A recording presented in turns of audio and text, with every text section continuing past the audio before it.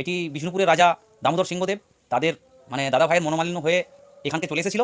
তো এই সেই জায়গা যেখানে মানুষকে শুলে চড়ানো হতো। ভিতরে কিন্তু গুপ্তধন হয়তো থাকতে পারে।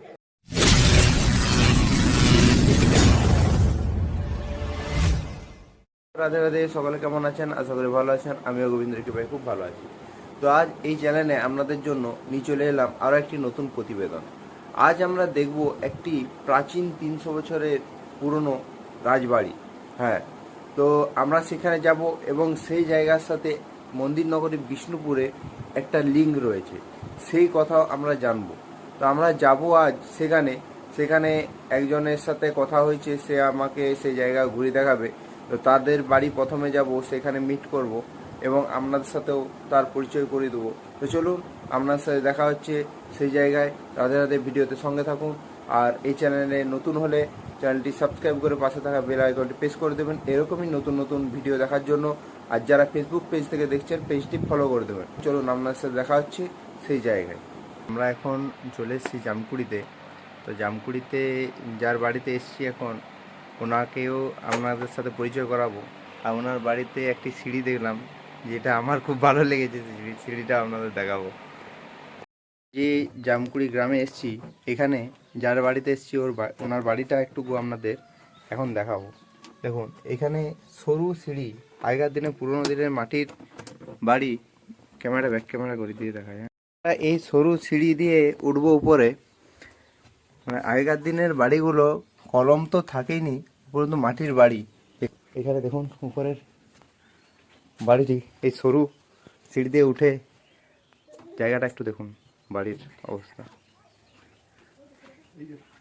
দেখুন। বাড়িটি কিন্তু ফাটল ধরেছে,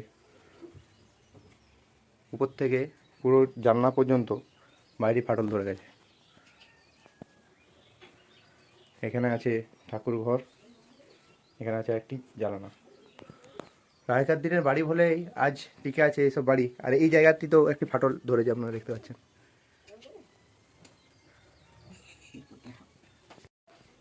তো এখন আমার সাথে যাকে দেখছেন, ইনি হচ্ছেন কার্তিক দা, যিনার চ্যানেলের নাম ওয়েস্ট কার্তিক। ওনার বাড়িতেই আজকে এসছি। তো গোবিন্দ দা বলো, আমার বাড়িতে তো এলে, বাড়িটা কেমন দেখলে? তো বাড়িটা আমিও দেখলাম এবং দর্শকরাও দেখলো আপনার বাড়ি, যে আগেকার দিনে পুরোনো দিনের বাড়ি যে এইভাবে সুন্দর আমার লেগেছে সিঁড়িটি। কিন্তু মনে কষ্টও লেগেছে বাড়িটি যেভাবে ফেটে আছে সেই জিনিসটা দেখে। তো এখন আমি তো বাড়িটি যেভাবে দেখলাম, আমি বলবো সবসময় যে সাবধানে থাকতে। বাড়ি আসলে কি হয়েছিল জানো তো, যখন সেই ভূমিকম্প হয়েছিল না একবার, এক বছর আগে, তো তখন এই মানে এদিকের দেয়ালটা বসে গেছে। আচ্ছা, মানে বিরাট রিস্ক, যখন তখন কিন্তু পড়ে যেতে পারে। হ্যাঁ, ওইটাই আমি দেখলাম। এইখানটা তো ফেটে গেছে, এই যে আপনারা দেখতে পাচ্ছেন পিছন দিকটা, এই জায়গাটাও কিন্তু এই দেয়ালটা পুরো হেলে গেছে। এই যে এই পিছনের দেয়ালটা আছে না, এই দেয়ালটা পুরো হেলে হেলে গেছে। আগেকার দিনের বাড়ি বলেই এই বাড়িটি এখনো পর্যন্ত ঠিক আছে। তো চলুন, আপনার সাথে দেখা হচ্ছে সেই জমিদার বাড়িতে, নিয়ে যাবে আমাকে কার্তিকদা। তো আপনারা সঙ্গে থাকুন ভিডিওতে। রাধে রাধে। আপনারা পিছনে দেখতে পাচ্ছেন, আমরা সেই জায়গায় কিন্তু চলে এসেছি। পুরো ঝোড় জঙ্গলে কিন্তু জায়গাটি একদম ভরে গেছে। আমরা চেষ্টা করব ভিতরে যাওয়ার, দেখি কতটা কি এখানে আমরা ভিডিও করতে পারি। আর এখানে আছে সীমন্তদা, যিনি কার্তিকদার সাথে ভিডিওতে থাকেন। আর আছে আমাদের মৃণাল, যে আমার সাথে থাকে ভিডিওতে। তো চলুন, আমরা এখন ভিতরে ঢোকার চেষ্টা করব, দেখি কতটা কি ভিতরে ঢোকা যায়। ব্যাপার আছে। তো আমরা এখন সেই ভিতরে যাচ্ছি, সাথে কার্তিকদা আছে। চলুন আপনারাও সাথে।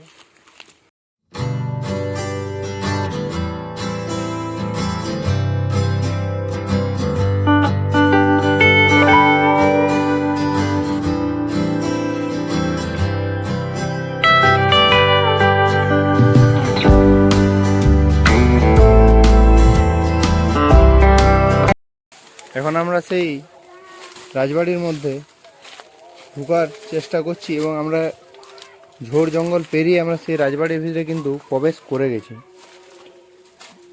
এইখানে দেখাবো আমি জায়গাটা, আগেকার দিনের এই চুনসুরকি দিয়ে আর সেই গঙ্গামাটির ইট দিয়ে বানানো সেই রাজবাড়ি।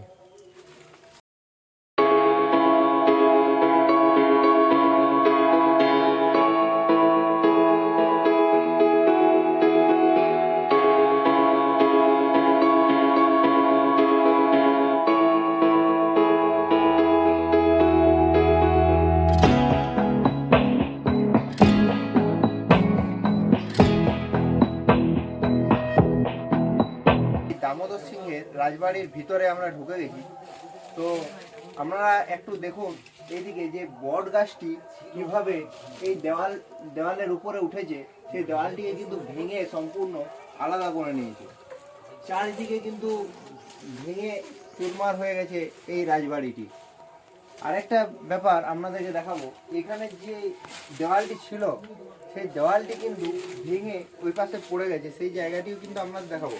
এরপরে আমি একটু আরো ভিতরে যাওয়ার চেষ্টা করব। এই যে এইটি হচ্ছে গেট, আরেকটা রুমে যাওয়ার জন্য গেট। এই গেটেও দেখাবো কত সুন্দরভাবে চুনসুরকির নকশাগুলো আছে। আর এই যে দেওয়ালটা ফেটে গেছে এই কিন্তু বট গাছের শিকড়ের জন্য। এবার আমরা যাব এই ভিতরে, ভিতরে ঢুকে দেখবো এই ভিতরে কি আছে। তা আপনারা সঙ্গে আসুন, দেখুন এই ভিতরে কি আছে। জায়গাটা কিন্তু খুবই বিপজ্জনক অবস্থায় আছে। এখন আমি চলে এসেছি আরেকটা রুমে, যেটি ঢুকে 2 নম্বর রুম। এই জায়গাটিও কিন্তু আমি দেখাবো যে কিভাবে বিপজ্জনক অবস্থায় ভাঙা অবস্থায় কিন্তু আছে। এই যে এখানে দেখুন, এই জায়গাটি কিন্তু কোনো একটা জায়গার থেকে ভেঙে পড়েছে এই ভাঙাটি। আর এখানে বট গাছটি দেখুন, এখানে বট গাছটিও দেখলে বুঝতে পারবেন কিভাবে বট গাছটি উপরে হয়েছিল। সেই বট গাছের শিকড় কিন্তু নিচ পর্যন্ত এসছে, আর সেটির জন্য এই জায়গাটি কিন্তু পুরো ভেঙে গেছে। এই দেখুন কত বড় বড় মাকড়সা, দেখুন দেখতে পাচ্ছেন। জায়গাটি খুবই বিপজ্জনক, তবু কেবল আপনাদের জন্য এই জায়গাগুলো আমি এক্সপ্লোর করতে গেলাম। এই একটা কিন্তু গেট মনে হচ্ছে, তারপর বুঝতে পারছি না যে এটা কোনো জানানাও হতে পারে। এখান থেকে আরেকটা রুমে আমরা কিন্তু ঢুকে যাব। এখানে পরপর পাশাপাশি 2টো রুম আছে। আসুন, এরপর নেক্সট যে রুমটি আছে সেই রুমটিতে কিন্তু আমরা ঢুকবো। তো এখন আমি চলে এসেছি আরেকটা রুমে। এই রুমটিও আমাদেরকে একটু ঘুরিয়ে দেখায়। এখান থেকেও একটি কিন্তু গাছ উঠে গেছে, এটি সিঙ্গেল একটি গাছ ভিতর থেকে উঠেছে। তো এই জায়গাটি একটু ঘুরে দেখাতে বলবো। এখানেও কিন্তু একটি বট গাছ হয়েছে উপরে, এটা শিকড়গুলো কিন্তু সেরকমভাবে এখনো বাড়েনি। এই শিকড়গুলো বাড়লে কিন্তু এই দেওয়ালটা ওইদিকে পড়ে যাওয়ার সম্ভাবনা আছে। দেখুন একটু ভিউটা আরেকবার আমি দিচ্ছি, আপনারা ভিডিওটি ভালো করে দেখুন এই জায়গাটি কিভাবে কত বিপজ্জনক অবস্থায় আছে। এই যে বটগাছটি দেখছেন, এই বটগাছের শিকড়গুলো কিন্তু বড় হবে এবং এটিও কিন্তু একসময় ভেঙে পড়ে যাবে। এই জায়গাটি এমন ভাঙা অবস্থায় আছে, এটি সংস্কার করা খুবই দুষ্করণীয় কাজ। আচ্ছা, এই বিষয়ে আমরা এখানে যে এসছেন আমাদের সীমন্তদা, সেই সীমন্তদার কাছে চলে যাব, জানবো এই রাজবাড়ির সম্বন্ধে কিছু তথ্য। তো চলুন, এখানে সীমন্তদা আছে, কার্তিকদা আছে, দুজনের কাছে আসবো। তো জানবো যে এই রাজবাড়ির কিছু কথা, যে এটা কাজ ছিল বা এটা কি এইরকম অবস্থা কেন। তো আমরা এখন সীমন্তদার কাছে চলে যাব এবং জেনে নেব এই জায়গাটির ব্যাপারে, এটি কার রাজবাড়ি ছিল এবং এটি এরকম অবস্থায় পড়ে থাকার কারণ। তো সীমন্তদা, এই রাজবাড়ির ব্যাপারে আমাদেরকে একটুকু জানান। এই রাজবাড়িটি বহুদিন প্রাচীন এখানে রয়েছে। তো আমার তো প্রায় 36 বছর বয়স হতে গেল। আমি কিন্তু জন্মগতভাবে এখানেই রয়েছে সেটা কিন্তু আমি দেখে আসছি। আর আমাদের বাড়ির যে বাবা মা বা দাদুরা, তাদের কাছ থেকে যেটা শোনা যায়, এটি বিষ্ণুপুরের রাজা দামোদর সিংহদেব তাদের মানে দাদা ভাইয়ের মনোমালিন্য হয়ে এখানকে চলে এসেছিল। তো সেই কারণে এখানেতে উনি নতুন করে যাতে রাজ্য স্থাপন করতে পারে, সেই কারণে তখন এই বাড়িটি নির্মাণ করেছিল রাজা দামোদর সিংহদেব। আচ্ছা, রাজা দামোদর সিংহদেব যে এখানে ছিল, তার কোনো বংশ পরম্পরা এখানে কি এখনো আছে উপস্থিত? হ্যাঁ, আছে। তাদের বংশ পরম্পরা এই বাড়িটার ওই পাশেই রয়েছে, কিন্তু তারা কর্মসূত্রে সবাই বাইরে থাকে, কিন্তু সেই দুর্গাপুজোর সময় আসে এখানে। আচ্ছা, দুর্গাপুজোর সময় এসে তারা সমস্ত কিছু মায়ের রাজেশ্বরী যে আছেন, মায়ের রাজা দামোদর সিংহদেবের যে ঠাকুর, ঘরের যে কুলদেবতা রাজরাজেশ্বরী, উনি তো বিষ্ণুপুরে ছিলেন। তো ওখান থেকে যখন চলে এসেছিলেন, তখন ওনাদের মুখ থেকে যেটা শোনা আর কি, রাজাদের যারা ওয়ারিশ রয়েছে ওনাদের মুখ থেকে যেটা শোনা, ওনারা বলছেন যে রাজরাজেশ্বরী রাজা দামোদর সিংহদেবকে স্বপ্নদেশ দিয়েছিলেন। এইখানে তারপরে মা রাজরাজেশ্বরীর কিন্তু প্রতিষ্ঠা করেন ওরা, মানে রাজা দামোদর সিংহদেব প্রতিষ্ঠা করেন।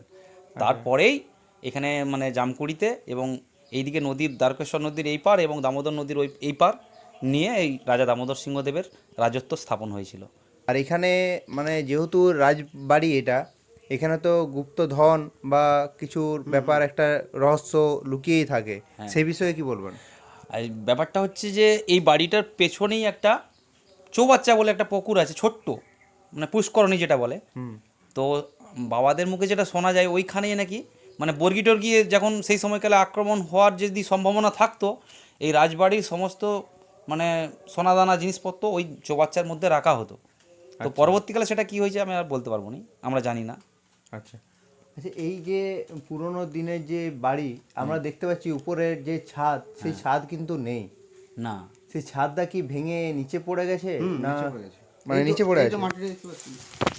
আচ্ছা আচ্ছা, এই যে যে বড় পাথর, এটা কিন্তু দেখে বোঝা যাচ্ছে যে এটা মানে ছাদের নিচের বা উপরের অংশ, যে একদিকটা মসৃণ। এটা হচ্ছে দোতলা, উপরে একটা মানে ছাদ যেটা বলা হয়, উপরে যে ছাদটা, হ্যাঁ, ওই ছাদটা পড়ে গেছে।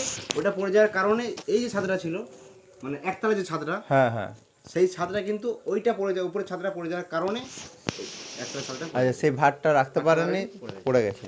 আর আচ্ছা, এটা কি সরকার কোনো পদক্ষেপ নেয়নি না, এটার না। উপরে?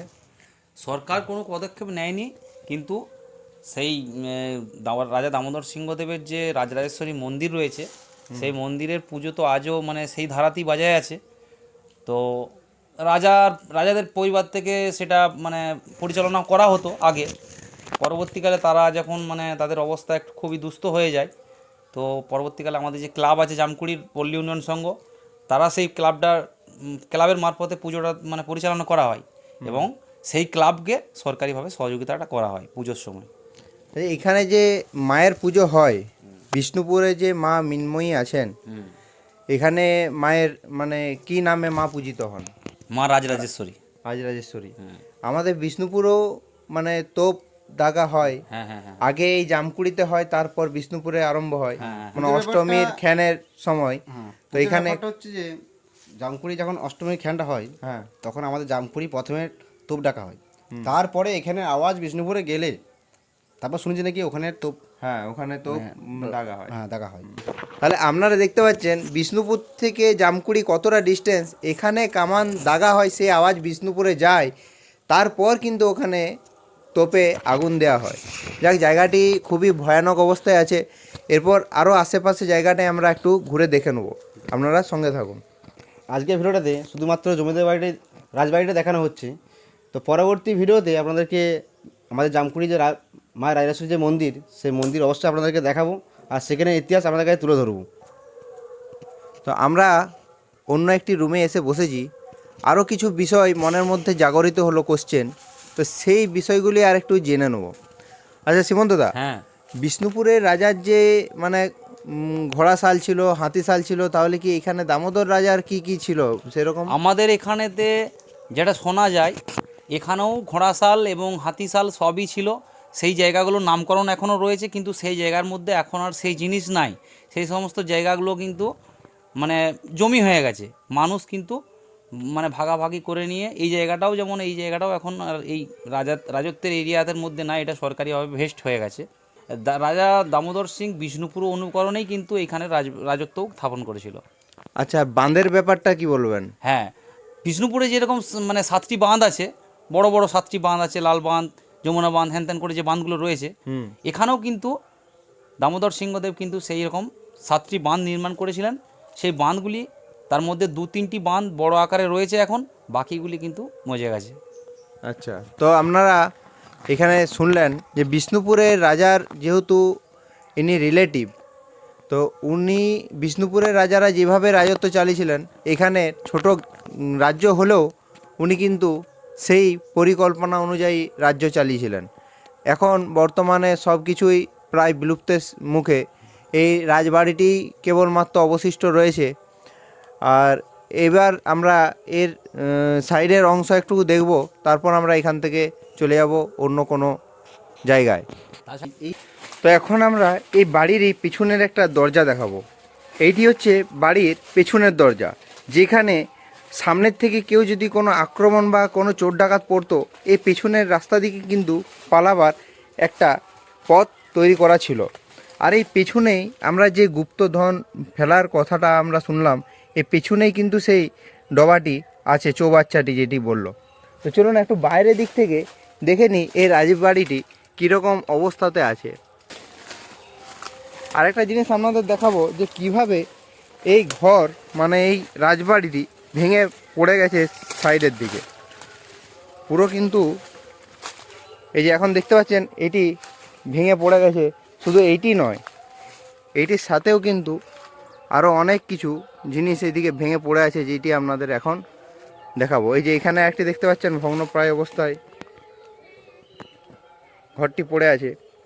এই রাজবাড়িটিও কিন্তু এই সাথেই যুক্ত ছিল।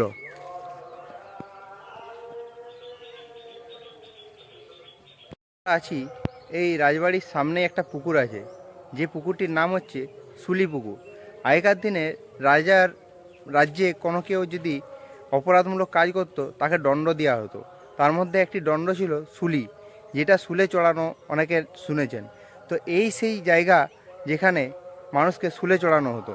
তো সেইটি এখন একটি পুকুরের আকার নিয়েছে। পুকুরটিরও নাম কিন্তু শুলি পুকুর। তো অনেকেই শুনে থাকি যে রাজারা নাকি দেওয়ালের ভিতরে কোনো গুপ্তধন লুকিয়ে রাখতেন। তো সেখানে আমি একটা জিনিস দেখাবো, যে এখানের মানুষও কিন্তু সেটা ভেবেছিল এবং চেষ্টাও করেছিল খোঁজা। আমরা এখন দেখতে পাচ্ছি এই যে এখানে কিন্তু একটা গর্ত আছে, দেখতে পেয়েছেন? আর এই ঠিক নিচটাতেই কিন্তু আরও একটি গর্ত দেখুন, দেওয়াল থেকে গর্তটির ভিতর দিকে। মানে এখানে হয়তো কোনো প্রদীপ থাকতো। তো একটি করঙ্গা আপনারা দেখতে পাচ্ছেন, খুব সুন্দর ডিজাইন করা। তো কেউ হয়তো ভেবেছিল যে এটার ভিতরে কিন্তু গুপ্তধন হয়তো থাকতে পারে, সেই ভেবেই কিন্তু এই জায়গাটি সে খোদাই করেছিল। জানি না সে গুপ্তধন পেয়েছে কি না পায়নি, তো সে বিষয়ে মানে আমরা জানি না, সেহেতু কিছু বলবো না। দেখতে পাচ্ছেন কিভাবে কত বিপজ্জনক এই জায়গাটি, সব ফেটে দেওয়াল একদম মানে শেষ পর্যায়ে। এটি হয়তো আর কয়েক বছর পরে কোনো চিহ্ন থাকবে না যে এখানে দামোদর বাড়ি মানে দামোদর সিংহের কোনো রাজবাড়ি ছিল। আস্তে আস্তে পুরোটাই কিন্তু ধ্বংসের দিকে চলে যাচ্ছে। আমরা খুবই ভাগ্যবান যে আমরা এই জায়গা দর্শন করতে পারলাম, এবং আপনারাও আমার সাথে জায়গাটি দর্শন করলেন। এরপর এই ভিডিও ইউটিউবে থাকবে, তারা ইতিহাস রূপে এই ইউটিউব দেখে জানতে পারবে যে এই জায়গাতেও একটা রাজবাড়ি থাকতো। জায়গাটি দেখতে পাচ্ছেন পুরো কিন্তু ভেঙে গেছে, যে কোনো সময় কিন্তু এটা ধসে পড়ে যেতে পারে। তো চলুন ভিডিওটি আমি এখানে শেষ করলাম। আপনার সাথে দেখা হচ্ছে নতুন কোনো ভিডিওতে, সঙ্গে থাকুন আর এই চ্যানেলটিকে সাপোর্ট করবেন। আর যদি ভিডিওটি ভালো লাগে একটি লাইক করবেন, একটি শেয়ার করবেন, আর চ্যানেলটি নতুন হলে সাবস্ক্রাইব করে দেবেন। আপনার একটি লাইক এবং সাবস্ক্রাইব আমাকে আরও নতুন ভিডিও বানানোর জন্য উৎসাহিত করে তুলবে। রাধে রাধে, আপনার সাথে দেখা হচ্ছে নতুন কোনো ভিডিওতে। জয় জয় শ্রী রাধে।